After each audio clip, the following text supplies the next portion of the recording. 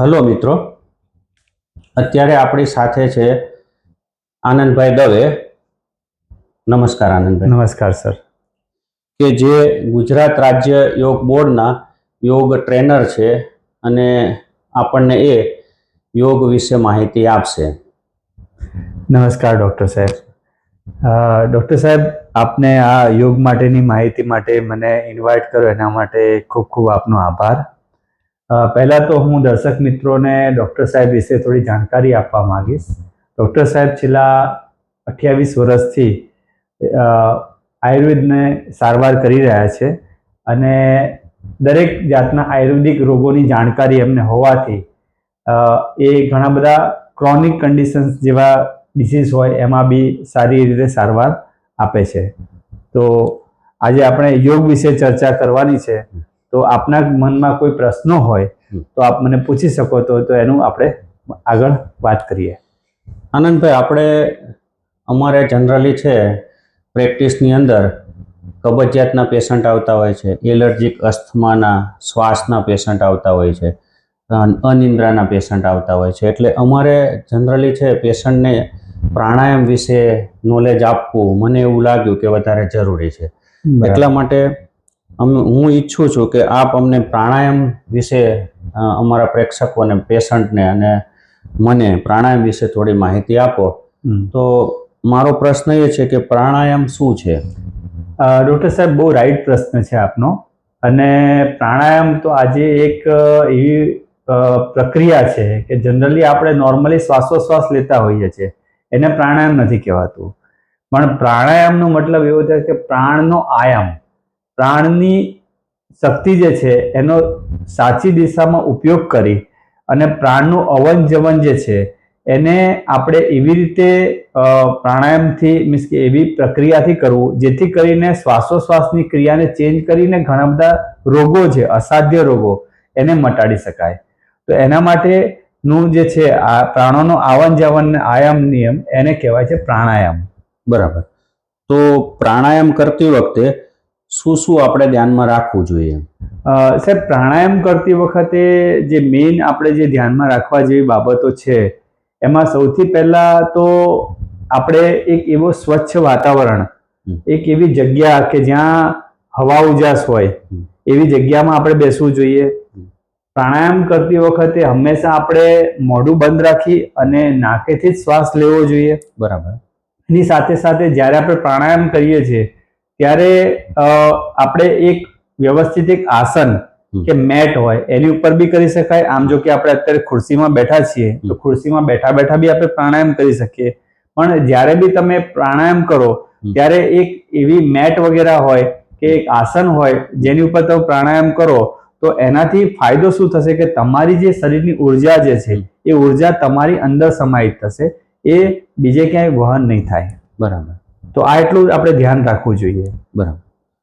પ્રાણાયામ કરતી વખતે આપણે આસન કે મુદ્રા ધારણ કરવી જોઈએ? હા સર, પ્રાણાયામ કરતી વખતે આપણે આસન ધારણ કરી શકાય. જેમ હું તમને આસનની વાત કરું તો આપણે આસનની અંદર પદ્માસન છે, અર્ધ પદ્માસન છે, સુખાસન છે. આપણે નોર્મલી માની લો કે આજે પરાઠેવાળીના રીતે બેઠા છીએ, બરાબર, તો આને આપણે આસન છે સુખાસન આસન કહી શકાય. બરાબર. અને એક પગ તમે આ રીતે રાખીને એની ઉપર કરો તો અર્ધ પદ્માસન બી આપણે કરી શકાય. બરાબર. અને એની સાથે સાથે પૂર્ણ પદ્માસન બી કરી શકાય, જે આપણે વિડીયોમાં આગળ વાત કરીશું અથવા એના માટે અલગ આપણે ટોપિક લઈશું. તો આસન જે છે કોઈ પણ એક આસન ધારણ કરો. ત્યારબાદ સર મુદ્રાઓની જે વાત કરીએ છીએ તો મુદ્રામાં સર એવું છે કે આપણી જે આપણા જે પંચ મીન્સ કે આપણી 5 આંગળીઓ છે, આ 5 આંગળીઓ જે છે એની અલગ અલગ આપણે મુદ્રાઓ બનાવી શકીએ. હવે એના વિશે થોડું જ્ઞાન આપું સર. તો સૌથી પહેલા જે આપણે આ આંગળી જે છે આને જે છે એને પૃથ્વીનું વહન કરે સર. એટલે પૃથ્વી, આ જળ, આ અગ્નિ, આ વાયુ અને આ આકાશ, આ પંચ તત્વોથી આપણું શરીર બનેલું છે, જેમ તમે જાણો છો. તો આ 5 આંગળીની અલગ અલગ મુદ્રાઓ થતી હોય. જનરલી કેવું છે કે જ્યારે આપણે પ્રાણાયામ કરીએ ત્યારે સૌથી પહેલા આપણે સર પહેલી આંગળી અને અંગૂઠો આ બંનેને એકબીજા જોડે મિલાવી દઈએ એટલે જ્ઞાન મુદ્રા થાય. આપણે આ રીતે જ્ઞાન મુદ્રામાં બેસી જઈએ અને કમરડો ટટ્ટા કમરડોક ટટ્ટાર રાખીને બેસવાનું, જેથી કરીને તમે પ્રાણાયામ એક વ્યવસ્થિત રીતે કરી શકો. અને જે લોકોની ઉંમર સર 40 ની ઉપર છે, બરાબર, એ લોકો છે ને સાહેબ, એ આપણે વાયુ મુદ્રા ધારણ કરી શકે છે. જેમ મેં તમને વાત કરી પૃથ્વી, જળ, અગ્નિ, વાયુ. તો આ જે છે વાયુની આંગળી છે, બરાબર. તો વાયુની મુદ્રા ધારણ કરવા માટે જયારે આપણે જ્ઞાન મુદ્રા છે એને આ રીતે વાળી દો આંગળીને, તો આ થઈ ગઈ વાયુ મુદ્રા. બરાબર. વાયુ મુદ્રા ધારણ કરવાથી સર શરીરમાં રહેલા ઘણા બધા વાયુ દોષોનું પણ શમન થાય છે. બરાબર. તો આ મુદ્રા ધારણ કરી અને આંખો બંધ કરીને આપણે પ્રાણાયામની શરૂઆત કરી શકીએ સર. બરાબર. પ્રાણાયામમાં અગત્યના પ્રાણાયામ કયા કયા છે? સર, પ્રાણાયામમાં સૌથી અગત્યના આમ જોવા જઈએ તો 3 ઇમ્પોર્ટન્ટ પ્રાણાયામ છે. બરાબર. જેને ક્રમ વાઇઝ આપણે લઈ શકીએ સર. તો સૌથી પહેલા મેં જયારે વાત કરી આપને કે આપણે વાયુ મુદ્રામાં આ રીતે બેસી જવાનું, બરાબર. તો એમાં સૌથી પહેલા પ્રાણાયામની હું જે વાત કરીશ એ સૌથી પહેલું પ્રાણાયામ છે સર ભસ્ત્રિકા પ્રાણાયામ. બરાબર. ભસ્ત્રિકા પ્રાણાયામ જે છે સર, એ ભસ્ત્રિકા પ્રાણાયામમાં એને જે લોકોને હાઈ બીપી છે, લો બીપી છે કે બ્લડ પ્રેશરની સમસ્યા વાળા દર્દીઓ છે, એ લોકોએ ભસ્ત્રિકા પ્રાણાયામ છે ને બહુ ધીમે ધીમે અથવા ના કરવું જોઈએ એવી એડવાઇસ છે. પણ જે લોકો નોર્મલ છે એ લોકો થોડું ફાસ્ટ કરી શકે. તો સૌથી પહેલા હું નોર્મલ કન્ડિશન કે જે લોકોને હાઈ બીપી, લો બીપી છે એવા પેશન્ટ કઈ રીતે કરવું જોઈએ એ હું તમને સમજાવું છું. સૌથી પહેલા આપણે આ મુદ્રા ધારણ કરી, કમરડોક ટટ્ટાર કરી, આંખો બંધ કરી, અને આની અંદર સૌથી પહેલા આપણે શ્વાસ લેવાનો, શ્વાસ છોડવાનો છે. આ રીતે ઊંડા ગહેરા શ્વાસ લો. બરાબર.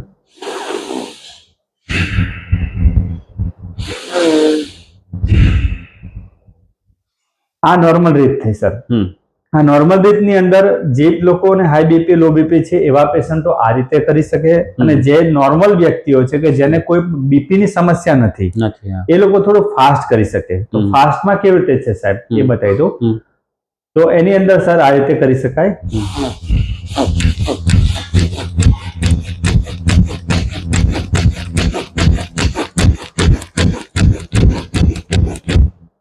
રિલેક્સ. તો આ રીતે સર કરી શકાય. અને એમાં આજકાલ યંગ જનરેશન જે આપણી છે એમને થોડું કંઈક નવું જોઈતું હોય છે. તો યંગ જનરેશન માટે એવી રીતનું છે સાહેબ કે એ લોકો હાથની મુવમેન્ટ ને બી સાથે લે છે. નાના લોકો બંને હાથ આગળ રાખે, બરાબર. તો શ્વાસ લઈને શ્વાસ છોડવાનો છે. ઉપર બી લઈ શકાય. બરાબર. આ બી એક મુવમેન્ટ છે ભસ્ત્રિકા પ્રાણાયામની. તો આ રીતે સર ભસ્ત્રિકા પ્રાણાયામ કરવું જોઈએ. આમ આપણે સામાન્ય રીતે કેટલી મિનિટ સુધી આ પ્રાણાયામ કરી શકીએ ભસ્ત્રિકા પ્રાણાયામ? સર, આપણે 1 મિનિટની અંદર છે ને 12 વાર અને મલ્ટીપ્લાઈડ બાય 5 એટલે 12 પંચા 60, બરાબર. તો એવી રીતની સર 1 મિનિટમાં આપણે 12 રીતે આવી રીતે ભસ્ત્રિકા પ્રાણાયામ કરી શકાય. અને એવી રીતે તમે 5 થી 10 મિનિટ 15 મિનિટ સુધી કરી શકાય. પણ જ્યારે સર અત્યારનો તમે સમય જોતા હો તો યુઝ્યુઅલી જે ગરમીની સિઝન છે એ ગરમીની સિઝનની અંદર ભસ્ત્રિકા પ્રાણાયામ છે ને એ બહુ ઓછું કરવું જોઈએ. કારણ કે સર એનાથી શરીરની અંદર છે ને ગરમી ઉત્પન્ન થાય છે. તો ભસ્ત્રિકા પ્રાણાયામ ગરમીના સિઝનમાં થોડું ઓછું મિનિટ 3 કે 4 મિનિટ જ કરો. એનાથી વધારે તમે એડવાઇઝ ના કરો. બાકીની બીજી સિઝન જયારે આપણે વિન્ટરની સિઝન આવે તે સમયે ભસ્ત્રિકા પ્રાણાયામની આપણે સંખ્યા વધારી શકીએ સર. બરાબર. એના પછીનું સર આપણે બીજું પ્રાણાયામ બી લઈ શકાય. ભસ્ત્રિકા પ્રાણાયામ કર્યા પછી આપણે સેકન્ડ પ્રાણાયામ છે કપાલભાતિ. કપાલભાતિ જે પ્રાણાયામ છે સર એ બોડીની અંદરથી ટોક્સિસિટીને બહાર કાઢે છે. તો એ કેવી રીતે કરવાનું એની એક પ્રોસેસ સાહેબ સમજાવી દો.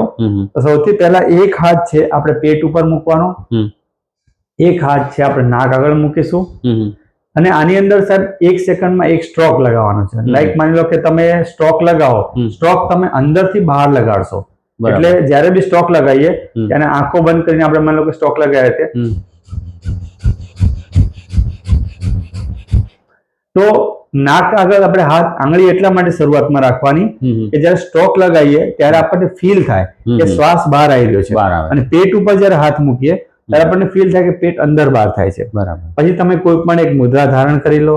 જે આપણે મુદ્રાની વાત કરીએ મુદ્રા ધારણ કરી લેવાની. મુદ્રા ધારણ કર્યા પછી 1 સેકન્ડમાં એક સ્ટ્રોક. જો આ રીતે સર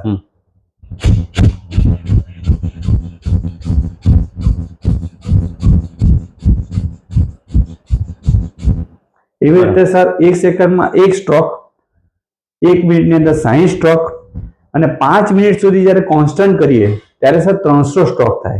એટલે મિનિમમ સર 5 મિનિટમાં 300 સ્ટ્રોક જ્યારે તમે કરો ત્યારે એ સ્ટ્રોક લગાવ્યા પછી સોરી, જે સ્ટ્રોક લગાવો અને 5 મિનિટથી 15 મિનિટ સુધી આને ખેંચી શકાય સર. તો આ એક આપણે કપાલભાતીની જે પ્રોસેસ છે કે કપાલભાતી જ્યારે તમે મિનિમમ કરો તો 10 થી 15 મિનિટ સુધી કરો તો એનો સૌથી આપણને વધારેમાં વધારે ફાયદો થાય છે. આના પછી આપણે જે ત્રીજા પ્રાણાયામની વાત કરી તો ત્રીજું પ્રાણાયામ જે છે એ અનુલોમ વિલોમ છે. બરાબર. હવે કપાલભાતી જ્યારે તમે કરો છો તો જેટલી મિનિટ તમે કપાલભાતી કરો છો એટલી મિનિટ તમારે અનુલોમ વિલોમ કરવું જોઈએ. બરાબર. કારણ કે જો તમે એટલી મિનિટ અનુલોમ વિલોમ નથી કરતા તો તમારે જે ટોક્સિસિટી તમે કાઢી એના પછી તમારા જે બંને જે ચંદ્ર નાડી અને સૂર્ય નાડી એ નાડી વિશે બી હું તમને થોડું ડિટેલમાં વાત કરી લઉં સાહેબ. તો પહેલા અનુલોમ વિલોમને શરૂ કરતા પહેલા આપણે થોડું નાડી વિજ્ઞાન વિશે જાણી લઈએ. આપણી ડાબી બાજુ જે છે સર, ડાબી બાજુ ચંદ્ર નાડી છે, જમણી બાજુ સૂર્ય નાડી છે અને મધ્યની અંદર આપણી સુષુમ્ના નાડી હોય છે. બરાબર. હવે આની અંદર એવું છે સાહેબ કે ડાબી બાજુની નાડી જે ચંદ્ર નાડી છે શીતળતાનું વહન કરે છે. જમણી બાજુ જે આપણે સૂર્ય નાડી છે એ આપણે ગરમીનું વહન કરે છે. કારણ કે ચંદ્ર અને સૂર્ય બંને ગરમી અને ઠંડાનો પ્રવાહ ને વહન કરે છે. તો સર જ્યારે અનુલોમ વિલોમ કરીએ છીએ ત્યારે એ નાડી શોધન પ્રાણાયામ છે. બરાબર. એનાથી આપણા શરીરની અંદર આમ જોવા જઈએ સાહેબ તો 72,10,300 નાડી આવેલી છે સર. બરાબર. અને એમાંની 3 મેઇન નાડી છે જે ચંદ્ર, સૂર્ય અને સુષુમ્ના, જેને ઈડા, પિંગળા અને સુષુમ્ના 3 નાડી કહેવાય છે. તો આ નાડી શોધન પ્રાણાયામ જે કરીએ અનુલોમ વિલોમ એ આપણે જ્યારે બી કરીએ કપાલભાતી જેટલો સમય કર્યો એટલો સમય આપણે અનુલોમ વિલોમ કરીએ તો એનાથી આપણે નાડીને બેલેન્સ કરી શકીશું સર. બરાબર. હવે નાડી શોધન પ્રાણાયામ મીન્સ અનુલોમ વિલોમ કેવી રીતે કરવાનું એની એક પ્રોસેસ સાહેબ સમજાવી દઉં તમને. તો સૌથી પહેલા તમારે ડાબો હાથ, તમારો જે ડાબો હાથ છે એની પહેલી આંગળી અને અંગૂઠો આને તમારે જ્ઞાન મુદ્રામાં કરી અને ડાબા પગ ઉપર મૂકી દેવાની સાઈડમાં. ત્યારબાદ જે જમણો હાથ છે, જમણા હાથની પહેલી 2 આંગળી સર, પહેલી 2 આંગળીને વાળવાની છે, બીજી 2 આંગળી પાછળની જે છે એ આવી રીતે સ્થિતિમાં રહેશે. આ જે મુદ્રા થઈ સર, આ મુદ્રાને કહેવાય છે નાસાગ્ર મુદ્રા. બરાબર. આ નાસાગ્ર મુદ્રા જે છે એ નાસાગ્ર મુદ્રા ધારણ કર્યા પછી તમારે સૌથી પહેલા તમારો જમણો નસકોરું બંધ કરવાનું છે. ડાબા નસકોરામાંથી શ્વાસ લેવાનો. બરાબર. ડાબા નસકોરાને બંધ કરવાનો. જમણા નસકોરામાંથી શ્વાસ છોડવાનો. પછી જમણા નસકોરામાંથી પાછો શ્વાસ લેવાનો. ડાબા નસકોરામાંથી શ્વાસ છોડવાનો. બરાબર. આવી રીતની ક્રિયા સર તમે મિનિમમ જે 15 મિનિટ પહેલા આપણે કપાલભાતી કર્યું તો 15 મિનિટ સુધી અનુલોમ વિલોમની ક્રિયા કરવી જોઈએ. બરાબર. હવે આ ક્રિયા જ્યારે તમે ક્લોઝ કરો સર ત્યારે ખાસ એક વસ્તુનું ધ્યાન રાખવાનું છે કે જ્યારે બી આપણે અનુલોમ વિલોમને છેલ્લો આપણે કરીએ ત્યારે સૌથી છેલ્લે આપણે ડાબા નસકોરામાંથી શ્વાસને બહાર કાઢવાનો. બરાબર. એવું કેમ કરવાનું છે એવો પણ કદાચ પ્રશ્ન તમારા મનમાં ઉદ્ભવતો હશે સાહેબ. બરાબર છે.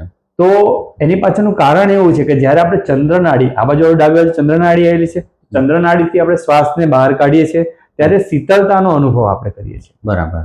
કારણ કે આપણે બંને નાડીને બેલેન્સ કરવાની છે. તો આ છે અનુલોમ વિલોમ સર. બરાબર. આપણે 3 મેઇન પ્રાણાયામ લીધા. સૌથી પહેલા આપણે લીધું સર ભસ્ત્રિકા પ્રાણાયામ, કપાલભાતી, પછી લીધું અનુલોમ વિલોમ. આ 3 મેઇન પ્રાણાયામ છે. આના સિવાય બીજા 2 પ્રાણાયામની આપણે વાત કરીએ તો સર એક બીજો પ્રાણાયામ છે આપણે જે છે ભ્રામરી. ભ્રામરી પ્રાણાયામ જે આવે છે એમાં શું કરવાનું છે તો પહેલા સૌથી પહેલા એક આંગળી આપણે કપાળ ઉપર મૂકવાની છે, બંને આંગળી. ત્યારબાદ ભ્રમર ઉપર. બરાબર. ત્રીજી નાકની બાજુમાં અને એક ચીન ઉપર અને બંને અંગૂઠા છે એનાથી કાનને બંધ કરવાના. બરાબર. એક ઊંડો ગહેરો શ્વાસ લેવાનો.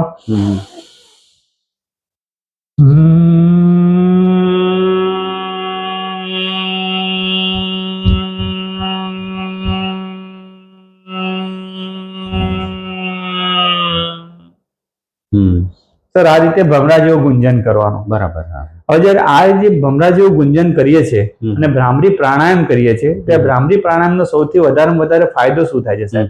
તો ઘણા લોકોને રાત્રે ઊંઘ નથી આવતી, અનિદ્રાનો પ્રોબ્લેમ હોય છે. ઘણાને ઓલ્ડ એજમાં સર યાદશક્તિ ઓછી થઈ ગઈ હોય, તો એ યાદશક્તિ ઓછી થઈ ગઈ હોય તો યાદશક્તિ એમની વધે, રાત્રે ઊંઘ આવે, માનસિક શાંતિ થાય. આ દરેક વસ્તુ માટે સર ભ્રામરી પ્રાણાયામનો ઘણા બધા ફાયદા છે. બરાબર. અને છેલ્લો જે આપણે પ્રાણાયામની વાત કરીએ તો પ્રણવ પ્રાણાયામ છે. પ્રણવ પ્રાણાયામ જે છે જેને ધ્યાનની સાથે પણ જોડવામાં આવે છે. એમાં આપણે કંઈ જ નથી કરવાનું, એકદમ રિલેક્સ થઈ અને તમે આની અંદર જે મુદ્રા ધારણ કરો, એક હાથ ઉપર બીજો હાથ મૂકો અને અંગૂઠાને એકબીજા સાથે મિલાઈ અને પદ્માસન, સુખાસન જે બી અનુકૂળ આસનમાં બેસવાનું અને આપણે આંખો બંધ કરી કમરડો ટટ્ટાર બંધ રાખી અને આપણે ધ્યાન કરી શકીએ. હવે ધ્યાન જ્યારે આપણે કરીએ ત્યારે નોર્મલી આપણે શું કરીએ છીએ કે આપણે કોઈ એક જગ્યાએ કોઈ એક બિંદુ ઉપર કેન્દ્રિત કરવું જરૂરી છે, રાઈટ? તો એક બિંદુ ઉપર તમે કેન્દ્રિત બી કરી શકો છો, એની સાથે સાથે સર આપણે ઓમકારનો નાદ બોલી શકીએ છીએ. હવે જનરલી એક ઓમકારના નાદમાં પણ સર આપણે એક મિથ છે કે ઓમકારનો નાદ છે આપણે નોર્મલી બોલીએ કે ઓમ ઓમ, એવી રીતે નથી બોલવાનું સર. કારણ કે ઓમકારના નાદમાં 3 શબ્દો છે સર. પહેલું આવે છે અ, બીજું ઉ અને મ. બરાબર. હવે જયારે તમે અ, ઉ અને મ બોલો ને સાહેબ, ત્યારે આપણા શરીરના રહેલા 3 ચક્રો એક્ટિવેટ થાય છે. બરાબર. જેમ એને હું આયુર્વેદની સાથે પણ કનેક્ટ કરી રહ્યો છું સાહેબ. તો સૌથી પહેલું જે ચક્ર છે એ આપણે દુટીની ઉપર આવેલું સ્વાદિષ્ઠાન ચક્ર, બરાબર. એના પછી જે છે અનાહત ચક્ર અને ત્રીજું અહીંયા છે આપણે વિશુદ્ધિ ચક્ર. તો આ 3 ચક્રો જે છે 3 દોષો સાથે, જેમ આયુર્વેદમાં આપણા 3 દોષ છે, 3 દોષો સાથે સંકળાયેલું છે. વાત, પિત્ત અને કફ, રાઈટ? તો 3 દોષનો સાહેબ શાંત કરે છે. બરાબર. કેવું છે સર આ મેજિક? તમને એવું લાગ્યું? એક નવી વસ્તુ છે સર, બરાબર. ઘણાને આ વસ્તુ નથી ખબર હોતી કે ઓમકારના નાદથી પણ 3 દોષો શાંત થાય છે. શાંત થાય. તો એના માટે સર આપણે ઓમકારનો નાદ કેવી રીતે કરવાનો એ હું એકવાર સર આપને કરીને બતાવું. બરાબર. તો સૌથી પહેલા આપણે ધ્યાન મુદ્રામાં આવી રીતે બેસી જઈશું અને એક ઊંડો ગહેરો શ્વાસ લઈશું.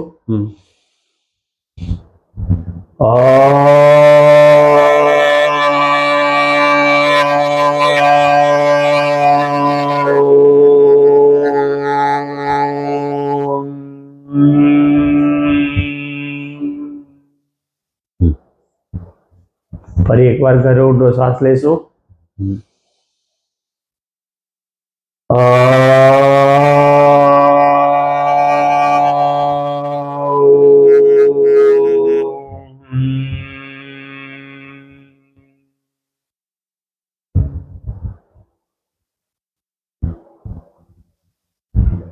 કોઈ પણ ક્રિયા જ્યારે પૂરી કરીએ ત્યારે પછી છેલ્લે બંને હાથોને આપણે ઉપર લઈ જઈશું. બરાબર. બંને હાથની હથેળીઓને ઘર્ષણ આપીશું અને એને આંખો ઉપર લગાડી દઈશું.